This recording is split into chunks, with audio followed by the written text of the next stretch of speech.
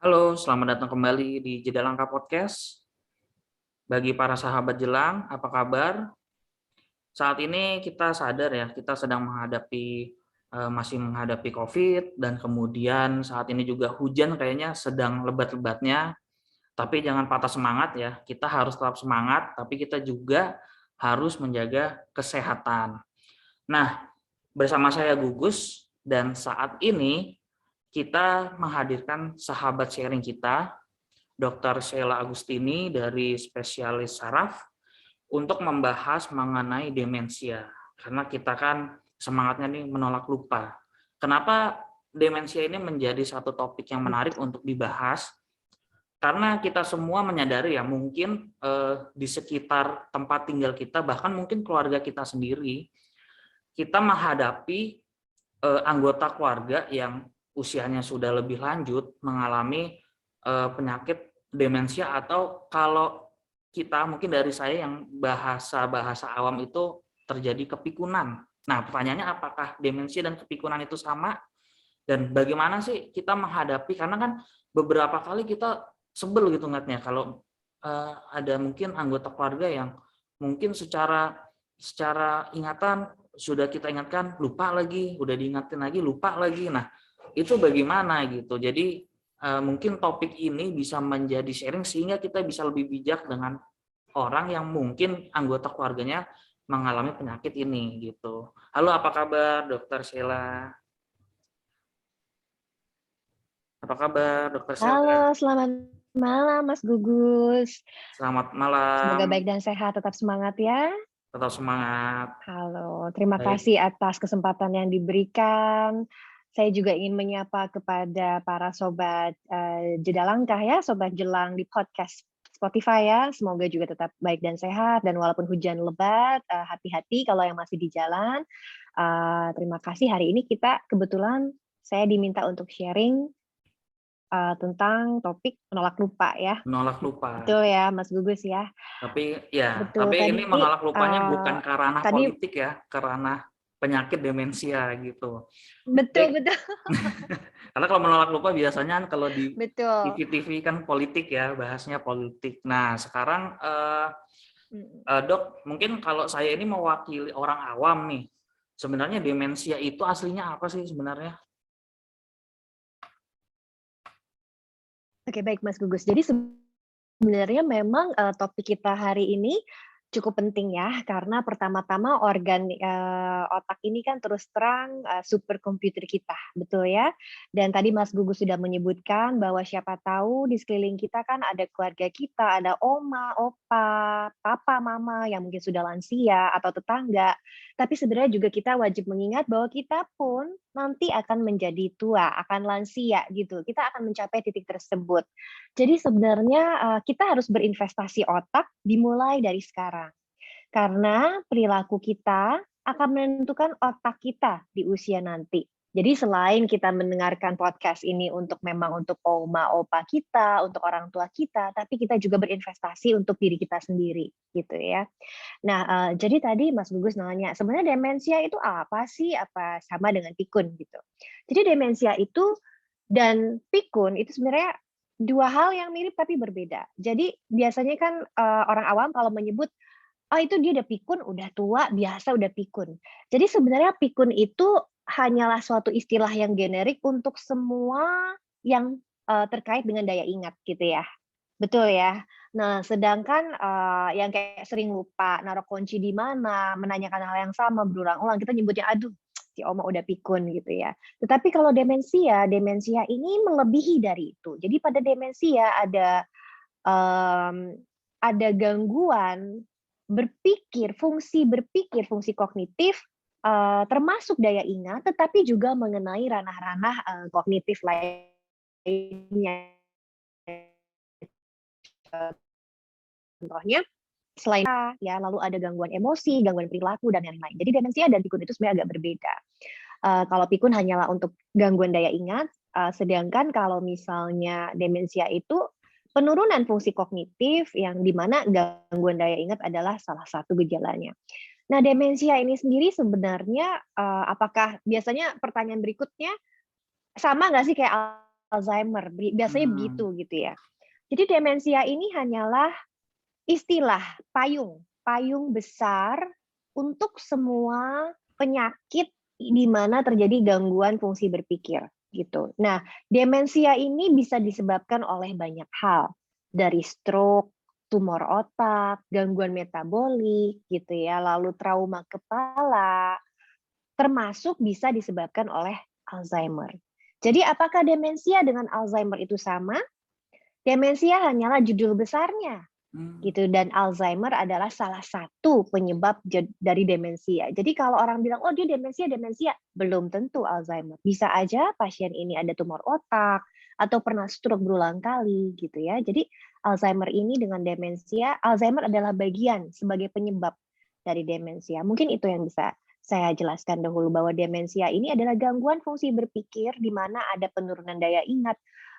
Mungkin bisa cek ke website-nya Yayasan Alzheimer Indonesia ya, mereka memiliki banyak sekali, video edukasi, termasuk ada kenali 10 tanda gejala demensia. Nanti kita bisa bahas lebih lanjut tuh. Apakah sudah menjawab Mas Gugus tentang demensia, pikun? Oke, jadi demensia itu ternyata adalah payung besar dari eh, gangguan fungsi berpikir ranah kognitif ya. Berpikir, Gangguan betul. fungsi berpikir. Oke. Iya, Kemudian tadi juga disebutkan salah satu yang memang menjadi hal yang besar sih.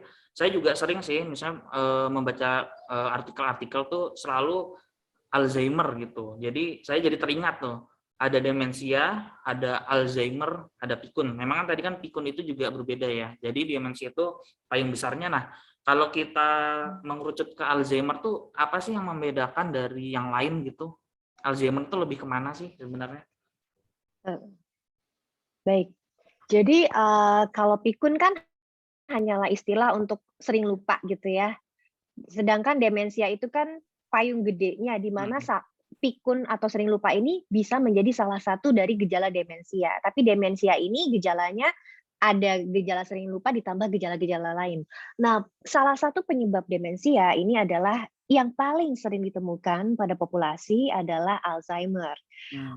Jadi kalau demensia yang lain karena stroke itu jelas karena ada sumbatan atau pernah ada pecah pembuluh darah gitu ya, pernah terbentur kepalanya, ada pernah cedera kepala berat. Nah, kalau pada Alzheimer ini adalah di mana sampai detik ini penyebabnya sih belum diketahui gimana banget gitu, tetapi mereka menemukan bahwa pada pasien-pasien dengan demensia akibat Alzheimer itu terdapat beberapa protein-protein di otak yang kayak seperti berbelit-belit gitu, kalau mereka bilangnya kayak plak amyloid atau neural fibrillary tangle gitu. Jadi Hmm. karena protein-protein abnormal ini membelit-belit, akhirnya jadi terjadilah gejala-gejala demensia. Tetapi apa yang menyebabkan kok si oma yang ini bisa Alzheimer, yang itu enggak? Nah, sampai detik ini diduga ada beberapa faktor risiko seseorang memiliki kecenderungan untuk nantinya bisa Alzheimer. Oke. Memang sih ternyata saya juga membaca nih, ternyata topik demensia termasuk Alzheimer itu menjadi satu topik yang sebenarnya tuh penting banget karena di Asia Pasifik aja nih, menurut Betul. WHO itu setiap tahun tuh ada 10 juta kasus baru orang yang menderita penyakit ini gitu. Jadi berarti kan Betul. termasuk ya kita semua biasa kalau orang tua itu eh, pasti mengalami hal itu gitu ya. Sepertinya tuh kayak orang tua itu sesuatu yang sudah pasti karena kebanyakan besar orang tua kita yang udah di usia 80 ke atas pasti lambat laun walaupun mudanya tuh kelihatannya pintar gitu, kelihatannya gesit, tapi ketika udah 80 tahun kok berubah sifatnya gitu. Termasuk kalau misalnya di keluarga saya juga baik dari bapak, ibu maupun bapak, ibu, istri gitu juga ya sama gitu orang kakek nenek dari saya maupun dari istri saya gitu. Jadi seakan-akan kok ini memang sesuatu yang kayak mudah sekali terjangkit gitu loh. Penyakit tua tuh kelihatannya tuh kayak mudah datang gitu ya. Baik, pertanyaannya nih kemudian pada orang tua tuh gejala yang timbul itu apa?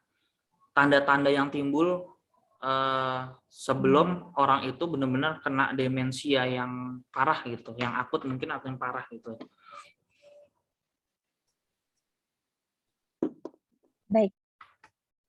Terima kasih Mas Gugus. Saya tertarik dengan pernyataan Mas Gugus sebelumnya bahwa kok sepertinya semua orang kalau tua ini pasti terjangkit, pasti lupa, pasti pikun, pasti Alzheimer gitu. Karena tadi kan bilang bahwa di keluarga ada banyak ya yang mengalami hal ini dan kayaknya tadi Mas Gugus juga baca di Asia banyak sekali lansia yang dengan Alzheimer gitu ya.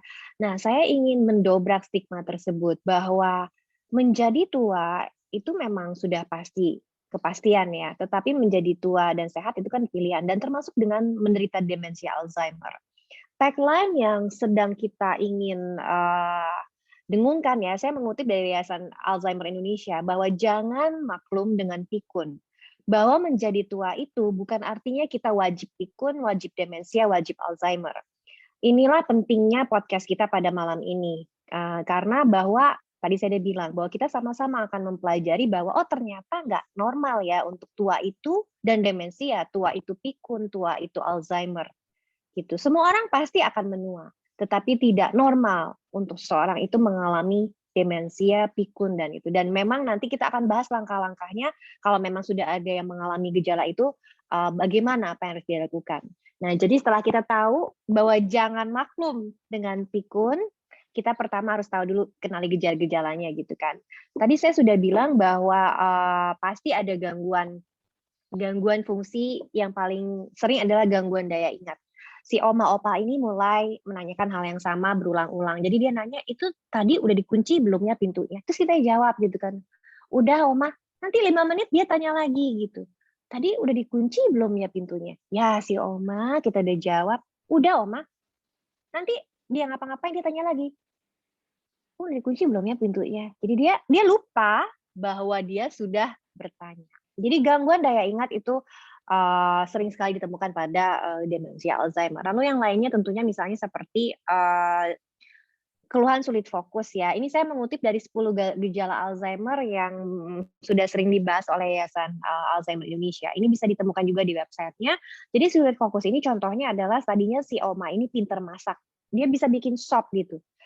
Dia lupa loh urutannya tiba-tiba. Atau biasanya pasien saya sendiri yang beragama Islam, dia lupa urutan sholatnya gitu. Jadi istrinya tahu ini si bapak kok tiba-tiba lupa urutan doanya. Atau jadi sesuatu yang sekuensial yang biasa dia kerjakan gitu, memasak di dapur, resep, dia lupa. Lalu yang ketiga adalah misalnya sulit melakukan kegiatan familiar itu seperti udah bingung ya cara naik motor atau naik mobil, biasanya dia masih bisa nyetir segala macam. Yang keempat disorientasi. Contohnya misalnya kita pergi ke supermarket, lalu ada seperti kayak ada troli gitu ya. Kadang si opa ini bingung, dia nggak bisa berpikir ini dia di mana atau dia bisa tersesat loh. Kita tinggal sebentar bilang aku mau ke kamar kecil. Tapi nanti dia kayak lupa bingung linglung di tengah mall gitu ya. Dia lupa bingung dia tadi di mana. Lalu yang kelima, tadi saya bilang kesulitan memahami visual spasial, terus yang keenam gangguan berkomunikasi, dia sering salah sebut.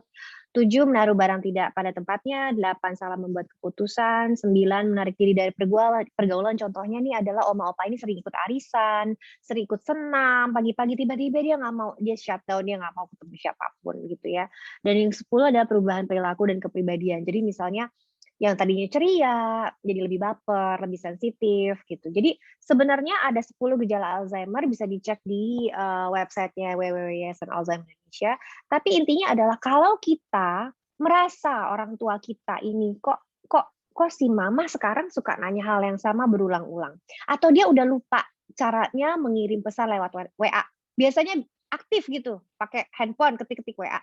Tapi dia kayak bingung bagaimana caranya pakai WA. Atau misalnya kok sekarang dia udah nggak bisa ngitung lagi ya transfer gaji suka kelebihan, atau bahkan salah transfer gitu. Nah hal-hal yang kita anggap kayak, pikun, udah biasa, udah 70 tahun ya wajar.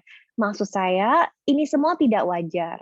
Jadi kalau kita sudah melihat anggota keluarga kita ada yang mengalami gejala-gejala penurunan fungsi berpikir seperti itu, kita tidak ada pembiaran gitu loh. Kita membawa keluarga kita, bahkan kita sendiri kalau kita merasa sering lupa, itu sudah sesegera mungkin pergilah ke dokter yang terdekat untuk deteksi dini, untuk early screening. Sebenarnya saya ada demensia nggak? Atau saya mungkin belum demensia, tetapi apakah ada kecenderungan saya nanti akan demensia? Jadi itu sih Mas Gugus, karena gini, saya merasa ya semua orang selalu kayak kalau medical check up kan yang diperiksa tuh jantung, ya kan, ada gula enggak, ada ginjal enggak Dok, gimana jantung saya? Pernah nggak berpikir, "Dok, gimana otak saya?" Padahal kan maksudnya otak ini tuh kayak penting banget sampai detik ini nggak ada transplantasi otak kan ya. Jantung ada transplannya, ginjal ada transplannya, otak tuh belum ada teknologi transplantasi otak. Tetapi sepertinya kayak kita tuh tidak menyayangi otak kita gitu loh. Jadi nggak pernah berpikir kan, gimana ya otak saya di usia 35 tahun gitu. Jadi kalau memang ada anggota keluarga yang mengalami gejala seperti itu, segera bawa ke dokter, kita deteksi dini, apakah ada tanda-tanda ke arah demensia.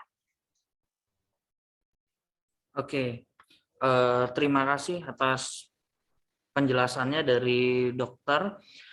Jadi kita sudah tahu ya bahwa usia tua dan demensia itu jangan dianggap normal gitu. Mungkin dari saya sendiri, oh udah tua gitu, normal lah gitu kan. Sebenarnya berarti itu tidak normal dan ternyata bisa dideteksi dini gitu ya, supaya tidak mungkin tidak semakin gitu ya, semakin Betul. lebih parah lagi gitu. Nah, kemudian kan tadi juga sudah dijelaskan ada 10 langkah tanda-tanda demensia dari Alzheimer Indonesia, ada websitenya juga. Itu nanti bisa dibaca teman-teman semuanya. Nah, tapi saya penasaran deh, beberapa hal tuh kalau memang tuh orang yang sudah terlanjur kena demensia itu memang pelupa gitu, tindakannya pelupa, tapi beberapa kok kayak misalkan nih, contohnya gampangannya nenek saya sendiri aja. Nenek saya sendiri itu ingat saya gitu. Tapi dia lupa kakak saya. Suka lupa kakak saya atau enggak, saya sudah punya anak, suka lupa bahwa saya udah punya anak gitu. Jadi ketika saya gendong anak atau mungkin ibu saya yang gendong anak, dia lupa ini anaknya siapa gitu. Tapi dia ingat sama saya gitu. Kenapa kesannya tuh selektif Betul, banget betul. gitu. Lupanya dia ingat terus terhadap sosok saya, tapi lupa dengan sosok yang lain gitu. Nah, itu kenapa tuh? Iya, jadi kita agak melipir sedikit gitu ya, maksudnya bahwa memori ini sangat berkaitan dengan emosi. Nah, saya nggak tahu apakah mungkin Mas Gugus cucu kesayangannya atau gimana, atau ada suatu peristiwa yang mungkin sangat membekas gitu ya. Kalau pada pasien demensia biasanya, memang hal-hal yang either sangat positif atau either sangat negatif itu yang akan dia lebih, lama lupanya. Biasanya yang dimulai lupa itu adalah short term dulu ya, jadi dia lupa dia udah makan atau belum gitu. Tapi kalau ditanya peristiwa 35 tahun yang lalu gitu, misalnya, "Oma Hmm. dulu pacaran," oh dia bisa cerita tuh duduk di bawah pohon Hmm. jambu sama si opa gitu ya. Itu udah 35 tahun yang lalu, sedangkan dia udah makan tadi aja 10 menit yang lalu dia lupa. Jadi memori manusia itu very incredible, apalagi kalau ada emosi mungkin. Ya kayak tadi misalnya kenapa sama yang anak yang ini biasanya sering terjadi demikian, dia punya 5 anak, nanti yang dia lupa ada beberapa anak, itu sering seperti itu. Walaupun nanti mungkin semuanya dia lupa gitu ya, tapi memang seperti itu. Dan, pada demensia, kenapa kita bahas gitu di sini, karena perawatan pasien dengan Alzheimer itu kan cukup tinggi. Jadi ada global burden disease pada Alzheimer ini cukup menyita biaya yang cukup besar. Makanya kenapa, butuh butuh edukasi, butuh screening, dan butuh support gitu ya pada saat seseorang ini didiagnosis Alzheimer. Karena yang terkena dampaknya ini bukan pasiennya aja kan, tetapi juga keluarganya gitu. Hmm. Oke. Oke, kemudian tadi kan dokter juga sudah menyebutkan tuh bahwa ketika seseorang tuh sudah usia tua dan demensia jangan dianggap normal gitu. Tapi memungkinkan nggak sih demensia itu menjangkiti orang yang usianya itu lebih muda gitu? Maksudnya tuh mungkin usia 40 atau mungkin 30 atau mungkin di bawah itu. Memungkinkan nggak demensia itu menjangkiti orang yang usianya tuh masih muda? Jawabannya adalah bisa banget. Walaupun memang paling sering tentunya pada lansia ya, tetapi pada Alzheimer itu bisa ditemukan loh pada pasien-pasien yang usia jauh lebih muda, 50, 40. Nah, makanya, semoga dengan podcast Jelang kita kali ini bawa lebih banyak awareness ya untuk gerakan otak sehat, ramah otak ke depannya gitu. Kembali saya tegaskan bahwa perilaku kita di jam sekarang itu sudah menentukan bagaimana otak kita di saat usia lansia nanti. Jadi jangan pikir bahwa yang muda juga nggak bisa kena demensia Alzheimer gitu. Walaupun jarang, tetapi bisa.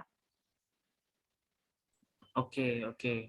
Berarti bisa ya. Berarti walaupun kita masih muda, kita juga harus tetap Betul. punya awareness terhadap saraf dan otak kita ya, supaya tidak kena demensia. Oke, kemudian pertanyaan selanjutnya adalah Betul.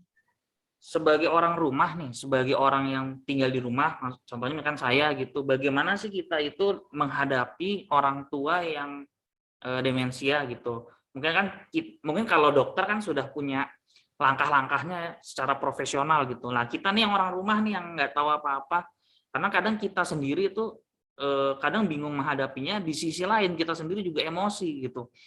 Ini gimana sih, kadang masak nasi salah, kadang masak sayur yang harusnya diginiin digituin, jadinya bahan-bahan makanan terbuang sia-sia gitu. Nah, ini gimana nih cara menghadapinya nih?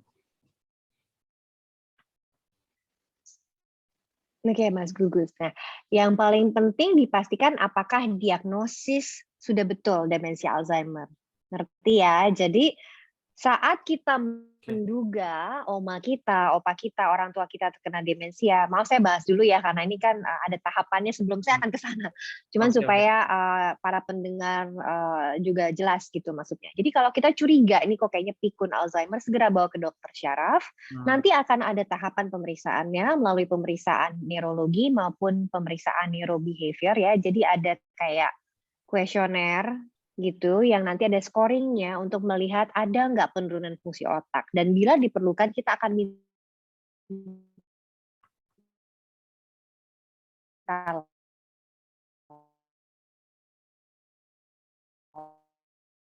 lab dan juga MRI atau CT scan.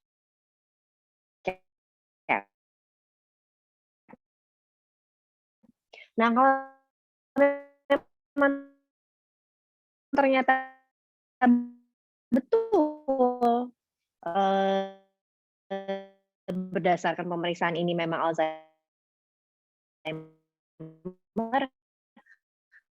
nah yang paling penting diingat adalah bahwa tiba-tiba si oma ini sudah berubah. Jadi dia mau ngomong apapun kan kita sudah memahami bahwa udah legowo, ya emang jadi kita nggak perlu berargumentasi lagi. Misalnya dia bilang, "Itu ada orang di depan rumah," padahal nggak ada. Nggak ada, Mah. Itu di depan pakai baju hitam. Dia lagi halusinasi gitu kan. Terus kita berusaha bilang, meyakinkan, nggak ada orang. Akhirnya jadi berantem.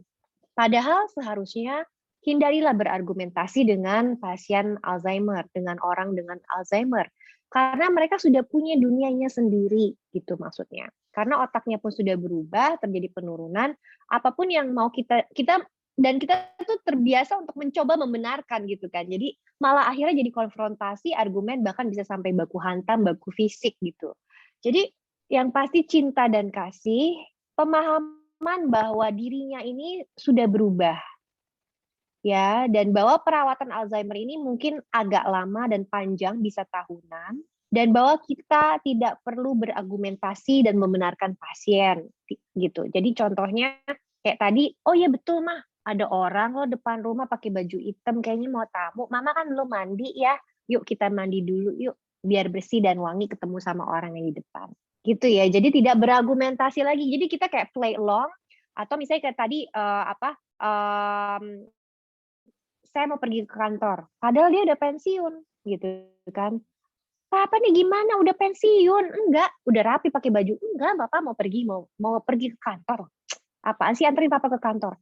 Papa udah pensiun." Akhirnya jadi berantem anak dan maksudnya padahal si papa ini sebenarnya dia lupa, distraksi aja. naik mobil kemana, "Oh ya Pak lupa, kita makan bubur dulu yuk kemana," gitu.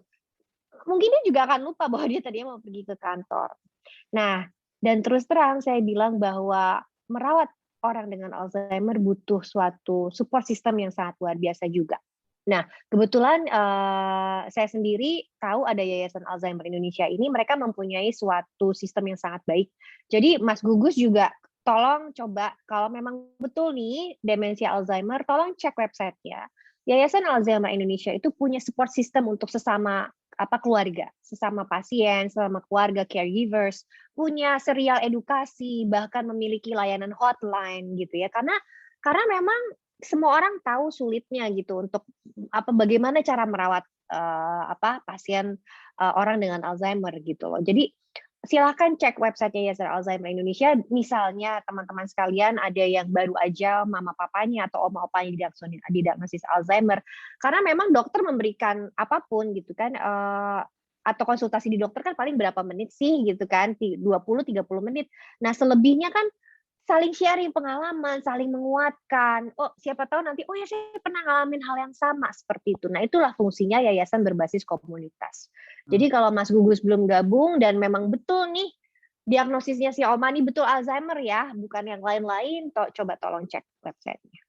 Jadi intinya adalah hindari berargumentasi, play along aja, dan kalau memang ternyata udah nggak sanggup banget gitu kan, tolong cari professional help, bisa kontak, ke dokter dan juga yayasan.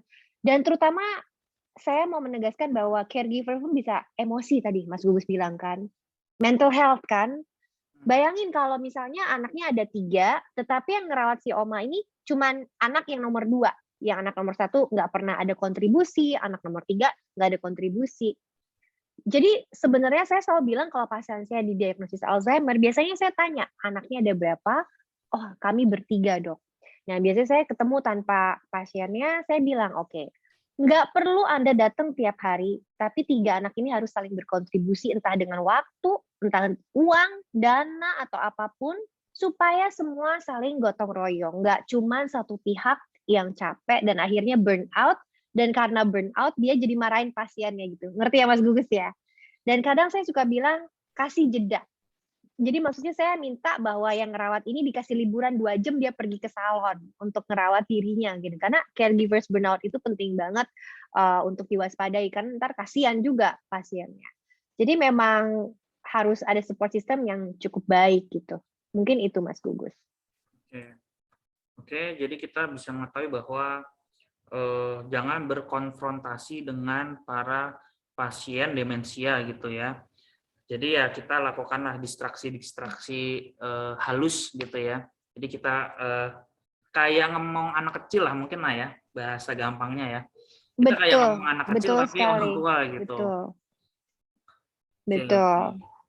Dan yang pasti supaya Karena di otaknya dia memang jadi anak kecil gitu saat saat hmm, saat yang paling sering adalah si opa bilang nanyain mamanya yang udah meninggal. Jadi anaknya tuh cerita ke saya, "Dokter Sila, si opa itu ini terus Dok, ngigo," gitu, nyariin mamanya. Maksudnya jadi kan, buyutnya berarti ya, sorry, ya pokoknya maksudnya udah meninggal gitu mamanya si opa ini gitu, tapi dia cariin mana mana mana, mau pergi ke ini. Lah wong udah nggak ada Dok, gimana? Terus saya bilang, "Itu karena memang dia berpikir dia masih usia 5 tahun." Ya kalau 5 tahun kan ada mamanya, betul ya Mas Gugus? hmm, Nah, jadi kadang memang sedih, tapi memang memang Mas Gugus betul, analoginya kira-kira seperti itu. Otaknya sudah mengalami perubahan, dia sudah punya dunianya sendiri, kita menyesuaikan saja dan tidak perlu kita konfrontasi, dibenerin gitu loh.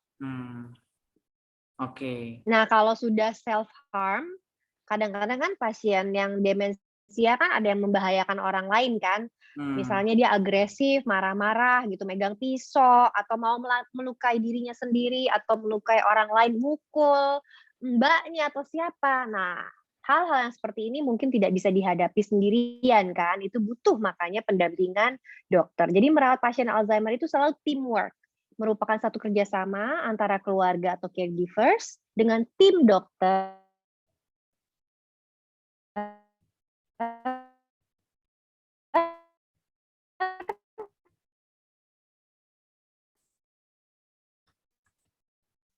dan juga dengan yayasan komunitas.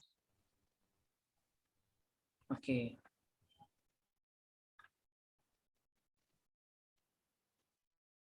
Mungkin Oke. itu yang bisa saya sampaikan, Mas Gugus.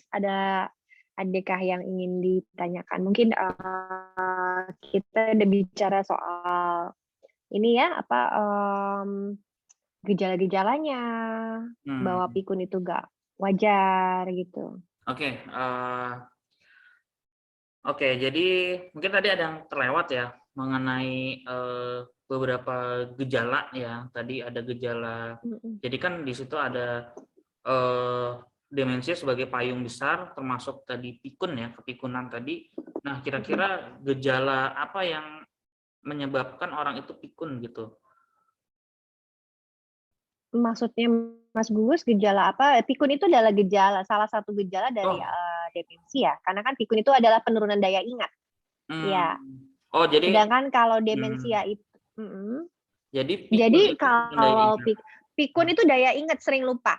Hmm, Kalau demensia gejalanya banyak. Demensia Alzheimer gejalanya banyak, ada 10 yang tadi saya sebutkan, di mana sering lupa atau pikun itu adalah salah satu dari 10 gejala Alzheimer tadi. Jadi gejala-gejala demensia itu ada lagi yang lain-lainnya nih, ada gangguan berbahasa, ada gangguan perilaku, gangguan emosi, dan yang lain-lain. Selain dia pikun atau sering lupa, gitu ya. oke. Selamat datang Mas Setiawan. Halo, selamat malam, Halo Mas Dokter Setiawan. Setiawan. Halo, halo, apa kabar nih? Sorry, telat. Halo Dokter Sheila, apa Halo, Dokter Setiawan. kabar? Semoga baik dan sehat. Amin, sehat. Gimana? Oke, tadi kita discuss tentang mungkin satu hal yang paling membuka mata itu adalah bagaimana kita itu harus punya support system, bahwa jangan kita sebagai orang rumah juga bisa untuk menjaga orang demensia gitu. Harus ada support systemnya, itu tidak hanya orang rumah saja, tapi juga tenaga profesional, dan orang rumah juga jangan dibebankan oleh satu orang saja ya, tapi juga harus saling berganti-gantian gitu. Termasuk tadi juga Entah apapun bentuknya ya, entah apapun bentuknya. bentuknya gitu. Kemudian ternyata tadi ada sedikit pengetahuan yang baru gitu. Ternyata antara pikun dengan demensia itu adalah berbeda gitu. Demensia itu adalah payung besar, dan pikun itu adalah salah satu bentuk penyebab dari demensia berupa penurunan daya ingat. Gejala dari demensia. Gejala dari demensia. Betul. Oke. Cuman ada beberapa hal yang sebenarnya saya itu masih agak kagum gitu. Karena saya sendiri kan sebenarnya nonton film ya, dan saya melihat ada beberapa aktor yang usianya itu udah 80 ke atas, bahkan sudah usianya itu 90. Contohnya Clint Eastwood gitu yang sudah masuk usia 90, tapi dia masih bisa menjadi sutradara, bahkan dia masih bisa menjadi aktor film sekaligus sutradara gitu. Itu kan effortnya pasti akan sangat besar dan membutuhkan sebuah fokus Betul. yang sangat kuat gitu. Kok bisa ya si kakek ini yang usianya 90 tuh masih sangat prima gitu. Apa yang dilakukan gitu supaya pencegahan apa yang membuat orang tua ini masih bisa prima gitu di usia senja gitu. Oke, Mas Gugus. Jadi sebenarnya begitu seseorang sudah didiagnosis dengan demensia Alzheimer itu nggak ada obatnya. Ngerti ya? Jadi sampai detik ini obat untuk demensia Alzheimer ini belum ada. Obat-obat yang diberikan itu adalah sifatnya modifying aja. Jadi ibaratnya memperlambat proses penurunan fungsi berpikir tadi. Jadi itulah kenapa penting bahwa kita nggak nungguin sampai kena Alzheimer gitu. Tetapi kita semua yang saat ini lagi hadir di jelang podcast ini, kita sudah berpikir untuk ramah otak ke depannya. Kalau untuk yang oma, opa sudah didiagnosis Alzheimer, maka pengobatannya adalah bersifat hanya suportif, mendukung kualitas hidup. Intinya itu, memastikan bahwa nggak ada suffering gitu ya, happy, bahagia until the end. Tapi untuk kalau udah kena Alzheimer lalu ada obat yang langsung stop the process, ini masih diteliti gitu ya. Jadi lebih penting lagi adalah prevention. Tadi kan Mas Gugus bilang, kok bisa si Clint Eastwood 90 years old gitu ya, masih sangat produktif. Nah, harapan saya adalah bahwa Indonesia pun di seluruh dunia pun juga tetap demikian. Ya nggak harus jadi Clint Eastwood gitu ya, tapi setidaknya kita tetap jadi lansia yang bahagia, menikmati hidup gitu kan. Kembali saya bilang bahwa menjadi tua itu adalah kepastian, tetapi tua dan sehat itu adalah pilihan. Nah, saya akan jabarkan pilihan-pilihan apa yang bisa kita kerjakan dari usia kapanpun, nggak ada kata terlambat gitu ya, untuk mencegah, menurunkan resiko kita terkena demensia Alzheimer. Payung besarnya adalah mari kita lakukan gerakan ramah otak. Intinya itu. Jadi kita sayangi otak kita. Nah, gimana tuh caranya Dokter Sheila? Yang pertama, screening faktor risiko ya. Kita tahu bahwa ada beberapa risiko yang membuat seseorang bisa terkena Alzheimer. Ada faktor risiko yang bisa dimodifikasi, ada faktor risiko yang nggak bisa dimodifikasi. Yang nggak bisa dimodifikasi ini contohnya menjadi perempuan. Ya, perempuan lebih rentan terkena Alzheimer dibandingkan laki-laki. Itu kan udah nggak bisa diapa-apain. Atau misalnya usia kan juga nggak bisa diapa-apain. Semua orang udah pasti tua gitu ya. Nah, kita akan lebih banyak bicara ke faktor risiko yang bisa dimodifikasi nih. Contohnya hipertensi atau darah tinggi. Kita ada darah tinggi nggak? Ada penyakit jantung, ada kolesterol gitu kan, atau misalnya pernah stroke atau apapun segala macam. Jadi kita screening. Kita tuh nggak nungguin mobilnya mogok baru dibawa ke bengkel kan, tetapi kita udah selalu rutin servis berkala mobil, motor kita supaya nggak mogok di jalan tol. Nah sama, jadi begitu kayak saya nih udah 40 tahun gitu, udah pergi medical check up, ya kan? Cari ada nggak darah tinggi, kencing manis, terutama darah tinggi, kencing manis, kolesterol. Ini faktor risiko yang semua jelek buat otak gitu ya. Jadi nomor satu, kita checklist nih, apa kelemahan kita? Maksudnya faktor risiko tadi, ada nggak penyakit-penyakit yang degeneratif tadi saya sebutkan? Hipertensi, kencing manis, kemudian itu semua di stop. Yang kedua, setelah kita tahu nih faktor risikonya itu apa aja, kita kan pasti berobat ke dokter dong. Tensi kita harus normal gitu ya, gula darah kita normal, kolesterol kalau bisa juga normal. Yang kedua, gerakan ramah otak adalah stop rokok. Nah, Indonesia ini sebenarnya adalah negara perokok salah satu 5 besar dunia kalau nggak salah gitu ya. Please check your stat. Rokok ini sangat buruk untuk kesehatan otak, jadi stop rokok. Lalu yang ketiga adalah kita harus ada olahraganya. Nah, masalahnya di era COVID, berapa banyak nih kita Zoom ke Zoom, duduk terus Betul, gitu kan. Sedentary lifestyle.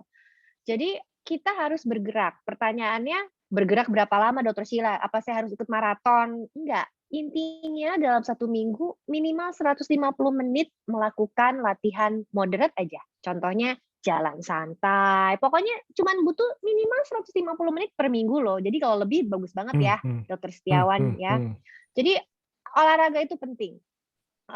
Nggak harus yang bicycle, beli sepeda, enggak, maksudnya pokoknya ada geraknya, jalan pagi santai dan yang lain-lain, minimal 150 menit per minggu. Jadi ada aktivitas fisik, termasuk kayak saya suka gardening, jadi lewat hobi bertanam, apapun itu juga bisa dihitung sebagai aktivitas membakar kalori gitu ya. Intinya harus ada geraknya.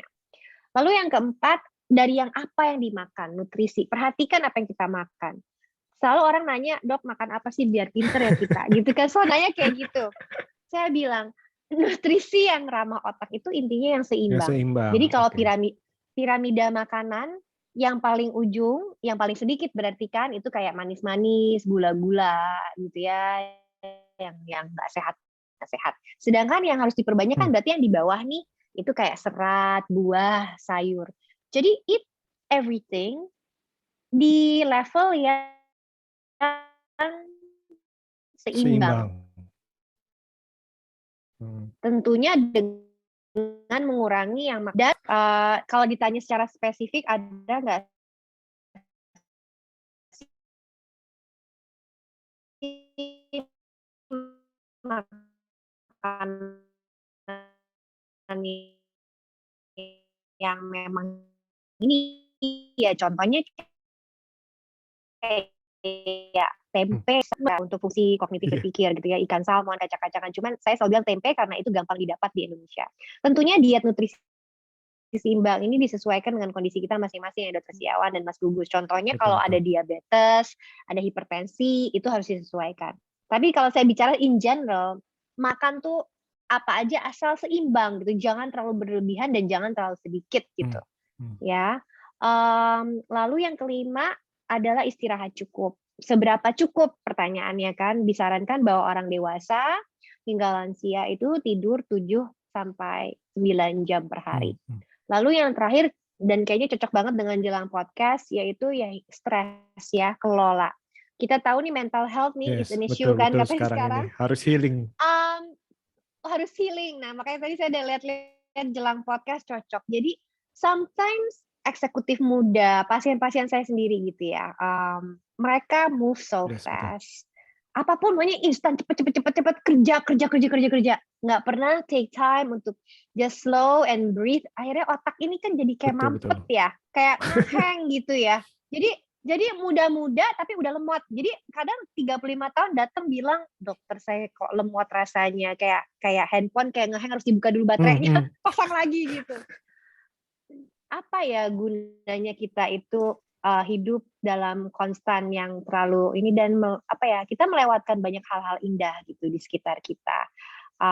Kayak saya suka karena gardening gitu pagi-pagi lihat matahari terbit gitu, itu udah happy gitu ya. Kayak tadi saya bisa lihat pelangi pas lagi beres-beres di kebun gitu. Jadi you need to balance your work and life. You need to work professionally, it is true. But you also need to balance your brain.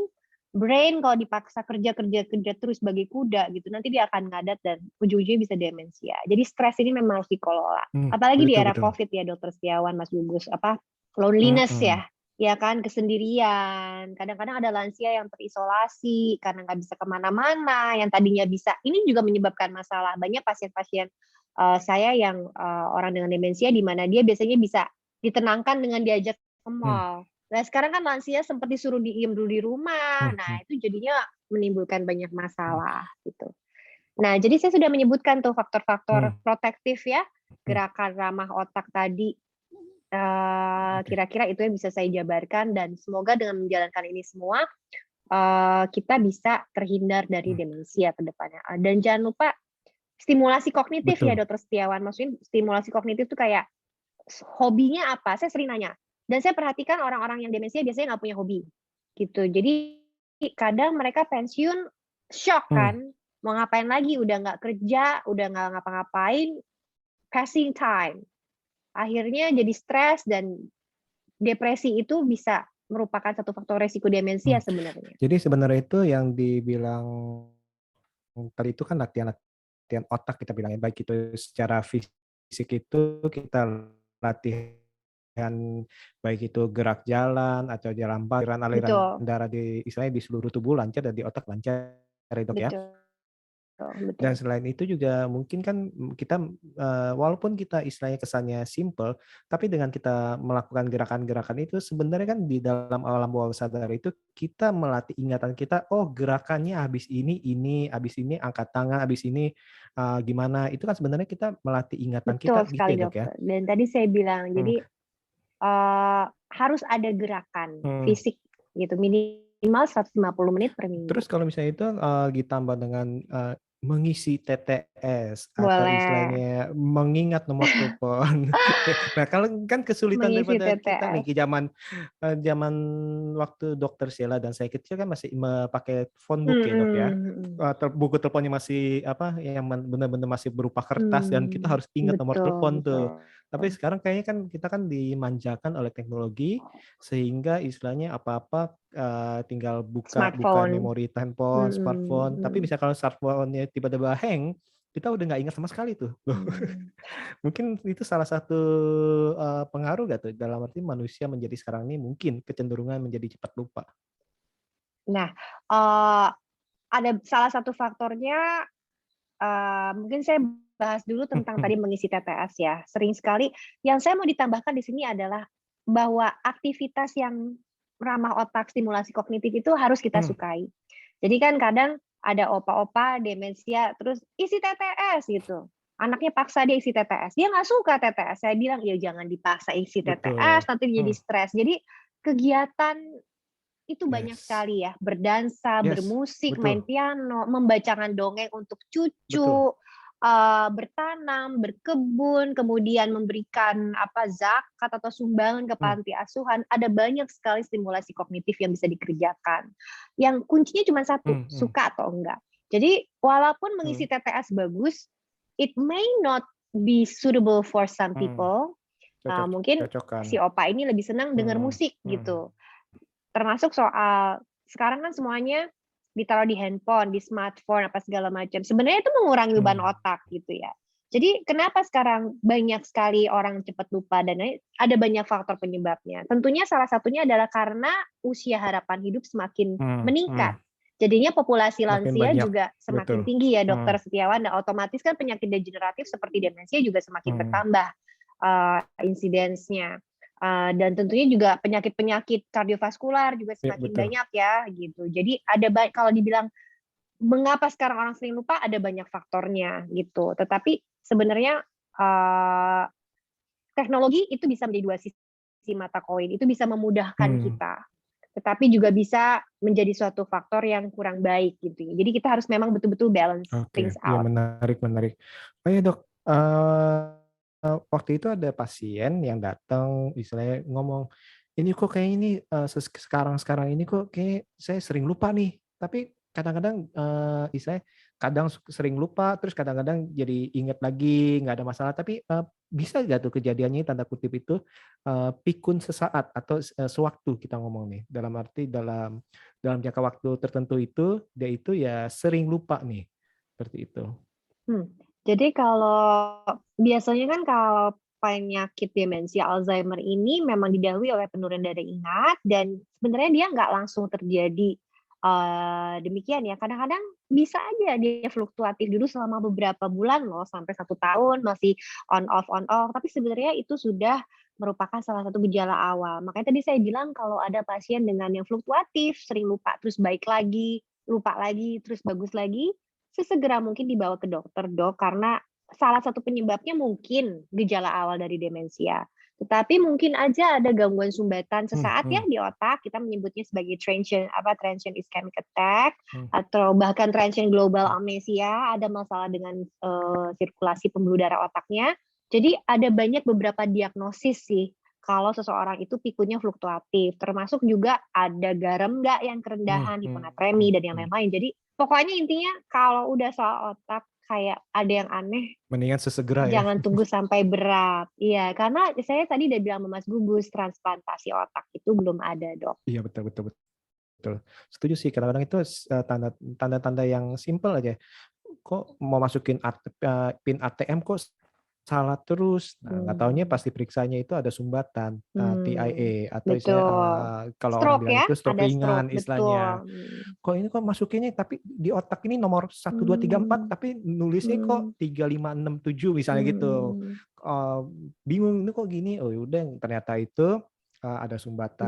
Nah betul. seperti itu kali dok ya. Jadi dalam arti Iya, kalau ada sesuatu yang di luar kebiasaan, yang nggak ada salahnya sih kita periksakan. Terutama nih untuk yang udah usia-usia di atas 40 ya, walaupun mungkin di bawah hmm. 40 pun ada beberapa kasus-kasus juga yang mengenai penyakit-penyakit yang mengenai otak ya dok ya. Jadi Ada. walaupun penampilannya 17 tahun, tapi usianya 40 tahun, tetap itu harus diperiksakan. Betul, sama kayak pasien kan sering perawatan ya, Hmm, kulitnya glowing gitu. hmm, Tapi are you sure brain-nya juga glowing gitu, ngerti kan? betul. Karena brain itu kayak, apa ya, ya pokoknya otak ini amazing banget gitu. Aduh kita punya luar biasa potensial yang bisa kita kerjakan dengan otak kita gitu ya. Tapi kita udah sayang belum sih, udah sayang belum sih sama otak kita ini yang hadiah dari yang di Hmm, atas gitu buat hmm, kita. hmm. So, mungkin kita semua bisa refleksi nih gitu abis nonton menjelang podcast. Kita udah melakukan belum gerakan ramah otak gitu. Dan kita paham bahwa oh ternyata nggak wajar ya untuk tua itu lupa, Hmm, pikun gitu, nggak betul, wajar betul. gitu. Dan ternyata demensia itu nggak cuma kena oma opa, Hmm, teman-teman kita pun usia 40-an masih bisa kena juga. Jadi tadi saya setuju dengan Dokter Setiawan kalau ada apapun gejala yang kayaknya peculiar ya di luar kebiasaan, jangan tunggu sampai berat, langsung aja dibawa. Dan terutama di era COVID sekarang banyak betul, betul. telekonsultasi ya dok, telemedicine itu kalau orang pada takut ke rumah sakit misalnya, itu tetap bisa dikerjakan lah, at least untuk screening awal ya dokter, Hmm, untuk telemedicine. hmm, hmm, hmm. Oke. Menarik, menarik, menarik. Keren juga nih Gus ya, penjabarannya ya. Mhm. Ya, jadi menarik, penting, dan harusnya sih sebenarnya membuka stigma yang salah ya untuk orang-orang yang ya buat saya terlebih untuk bukan orang profesional yang memahami betul gitu bahwa ternyata demensia itu eh, harus bagaimana gitu kan. Ternyata ada support system, kemudian memang harus adanya deteksi dini gitu. Kemudian ada gejala-gejalanya, ternyata dengan pikun itu berbeda. Gitu termasuk demensia itu juga eh, kita harus tahu bahwa demensia itu adalah tua itu belum tentu demensia gitu. Tua itu sebuah kepastian, tapi tua yang sehat dan bugar itu adalah sebuah pilihan gitu kan. Termasuk bagaimana ternyata kita pencegahannya juga harus ada lifestyle yang sehat gitu kan. Itu juga seharusnya kita nih sebagai orang muda yang harusnya tahu nih, mungkin berapa tahun lagi kita juga akan menjelang tua juga gitu, usia senja juga, makanya kita harus persiapan juga gitu supaya jangan Betul, kitanya sendiri juga cuek gitu. Apalagi tadi betul. dokter menyebutkan ada rokok Mhm. gitu, jadi harus mulai tahu manis yang apa namanya, makanan-makanan manis gitu kan, istirahat yang cukup. Nah itu juga harus benar-benar harus dipahami lah gitu ya, harus awareness-nya tuh harus tinggi. Termasuk jangan sungkan untuk membuka website ya, Alzheimer Indonesia ya, dokter ya, Alzheimer Indonesia. Betul. Jadi Iya, itu Yayasan Alzheimer Indonesia menyediakan resource yang Hmm, sangat banyak sekali. Kalau ada yang didiagnosis dengan demensia Alzheimer atau ada yang hanya ingin tahu tentang itu, silakan buka. Saya sangat senang sekali dengan Yayasan Alzheimer Indonesia. Itu silakan dibuka website. Alzi namanya. Oke, oke oke. Nanti kita akan tetap cantumkan ya Mas Gugus ya, website-nya ya, itu supaya nanti para Hmm.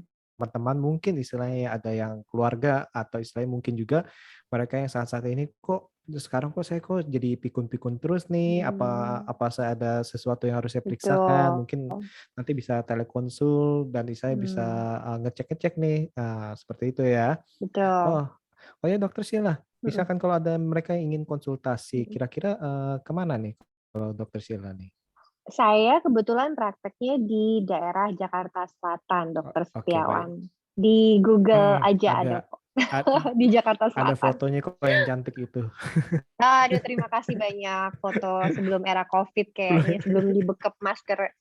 Aduh. Nah, oke, jadi nanti tuh untuk para pendengar sahabat jelang nih, misalkan kalau mungkin istilahnya merasa dirinya butuh konsultasi atau istilahnya mungkin ada sanak saudara atau paman atau orang tua yang kita istilahnya melihat ada gejala-gejala yang tadi mungkin nih yang sudah dijabarkan pas di awal-awal podcast ini, ya mungkin itu mungkin menurut saya sebaiknya itu segera dikonsultasikan, segera diperiksakan agar bisa didiagnosa secara dini sehingga bisa ditangani secepat mungkin dan sebaik mungkin.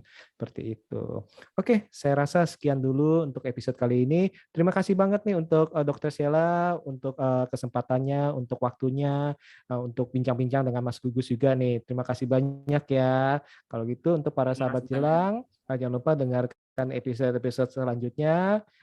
Saya Dokter Setiawan. Dan Saya saya Dr. Gugus. Sheila Agustini.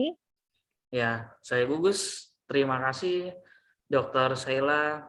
Jangan sungkan-sungkan untuk Terima kasih. hadir lagi karena sangat menarik infonya. Terima kasih. Siap, siap. Sampai jumpa lagi, sahabat jelang.